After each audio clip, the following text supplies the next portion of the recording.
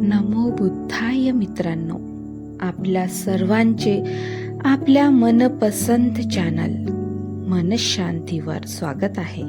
आपण भारतरत्न बोधिसत्व डॉक्टर बाबासाहेब आंबेडकर लिखित भगवान बुद्ध आणि त्यांचा धम्म ह्या पवित्र ग्रंथाचे वाचन करीत आहोत. चला तर सुरू करूया आजच्या वाचनाला. उपभाग 3, निब्बाण प्राप्त करणे हा धम्म होय. निब्बाणासारखे परमसुख दुसऱ्या कशानेही लाभत नाही, असे भगवान बुद्धांचे वचन आहे. भगवान बुद्धांनी शिकविलेल्या सर्व सिद्धांतांचा निब्बाण हा केंद्रवर्ती सिद्धांत आहे. निब्बाण म्हणजे काय? बुद्धपूर्व लोकांनी सांगितलेल्या निब्बाणापेक्षा ते अर्थाने आणि आशयाने वेगळे आहे. बुद्धपूर्व लोक निब्बाण म्हणजे आत्म्याचा मोक्ष असे मानित असत. 4 प्रकारचा मोक्ष पूर्वी मानला जात असे. 1. लौकिक म्हणजे खा प्या आणि मजा करा, या जड स्वरूपाचा म्हणजे भौतिक स्वरूपाचा. 2. यौगिक म्हणजे योग विद्येचा उपयोग करून. 3. ब्राह्मणी म्हणजे होम हवन आदी यज्ञांचे कर्मकांड करून. 4. औपनिषदिक म्हणजे उपनिषदात वर्णन केल्याप्रमाणे त्या कल्पनांचे पालन करून. ब्राह्मणी आणि औपनिषदिक निब्बाण कल्पनेत एक साम्य होते. या दोनही कल्पनात आत्म्याला स्वतंत्र अस्तित्व आहे असे मानले जाई. भगवान बुद्धांनी या सिद्धांताचा निषेध केला आहे. म्हणून निब्बाण विषयक ब्राह्मणी आणि औपनिषदिक शिकवणुकीचे खंडन करणे भगवान बुद्धांना कठीण गेले नाही.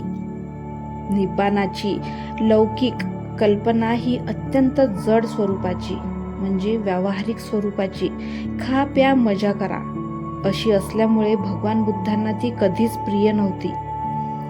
कारण या लौकिक कल्पनेत माणसाची प्राणी म्हणून प्रत्येक इंद्रियाची जी भूक असते तिचे शमन करणे म्हणजे व्यावहारिक कसलेही नियमन न करणे, ह्या पलीकडे दुसरा आशय नाही. त्यात आध्यात्मिक असे काहीच नव्हते. असली निब्बाणाची कल्पना मान्य करणे म्हणजे भगवान बुद्धांच्या मते मानवाची अत्यंत हानी करणे होय. कारण इंद्रिय भुकेचे शमन करणे म्हणजे त्या इंद्रियांच्या अधिक भुकेला प्रोत्साहन देण्यासारखे आहे. अशा प्रकारचा जीवन मार्ग कोणत्याही प्रकारचे सौख्य मिळवून देऊ शकत नाही. उलट त्याने तात्पुरते सुख मिळते, परंतु येणाऱ्या सुखाने अधिक दुःख निश्चितपणे वाट्यास येते. योगातील निब्बाणाची कल्पना म्हणजे एक केवळ तात्पुरती अशी अवस्था होय.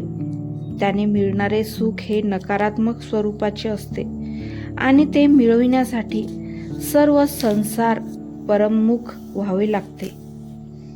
त्याच्या योगाने वेदना म्हणजे वाईट विचारांमुळे होणारी अनुभूती टाळता येतात, परंतु सुख मिळत नाही. आणि सुख मिळालेच तर ते योग चालू असेल तोपर्यंत मिळते. ते स्थायी स्वरूपाचे नसते, अस्थायी स्वरूपाचे असते. भगवान बुद्धांची निब्बाण विषयक कल्पना त्यांच्या पूर्वी असलेल्या मतप्रणालीपेक्षा वेगळी होती. त्यांच्या निब्बाण कल्पनेत 3 विचारांचा अंतर्भाव होता. आत्म्याच्या मोक्षाऐवजी प्राण्याचे सुख हा एक विचार. जिवंतपणी ह्या सर्व संसारात असताना मिळणारे सुख हा दुसरा विचार. आत्म्याचा मोक्ष आणि मृत्यूनंतर आत्म्याला मोक्ष मिळणे हे 2 विचार भगवान बुद्धांच्या निब्बाण कल्पनेच्या अगदी विरुद्ध आहेत. भगवान बुद्धांच्या निब्बाण कल्पनेतील मूल आधार असा तिसरा विचार म्हणजे सदैव प्रज्वलित असणाऱ्या विकारांच्या ज्वालांवर निग्रह करणे किंवा निग्रह साधणे. विकार हे माणसाच्या मनाला सतत जाळीत असतात आणि त्याला दुःखात ठेवतात. गयेत राहत असताना भगवान बुद्धांनी भिक्खूंना जे प्रवचन दिले त्याचा मुख्य विषय राग आणि द्वेष हे प्रज्वलित अग्नीसारखे असतात हा आहे. ते म्हणाले, हे भिक्खूंनो, सर्वच काही जळत आहे. भिक्खूंनो, संसारातील कोणकोणत्या वस्तू जळत आहेत? चक्षुंद्रिय जळत आहेत, रूप जळत आहे, चक्षु संस्कार हे जळत आहेत, डोळ्यांनी होणारी जाणीव ही जळत आहे आणि चक्षु संस्कारापासून उद्भवणाऱ्या सुखकारक, दुःखकारक, अदुःखकारक ह्याही गोष्टी जळत आहेत. आणि त्या कशामुळे जळत आहेत? त्या रागाग्नीने जळत आहे, द्वेषाग्नीने जळत आहे, मोहाग्नीने जळत आहेत. जन्म, जरा, मृत्यू, दुःख, दौर्मन्यस्य, त्याचप्रमाणे उपायास आणि निराशा या अग्नीमुळे जळत आहेत.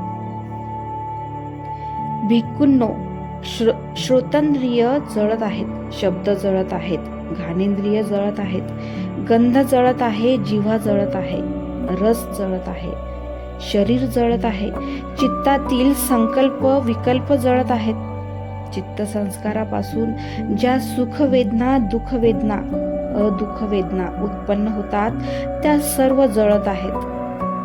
आणि ह्या कशामुळे जळत आहेत?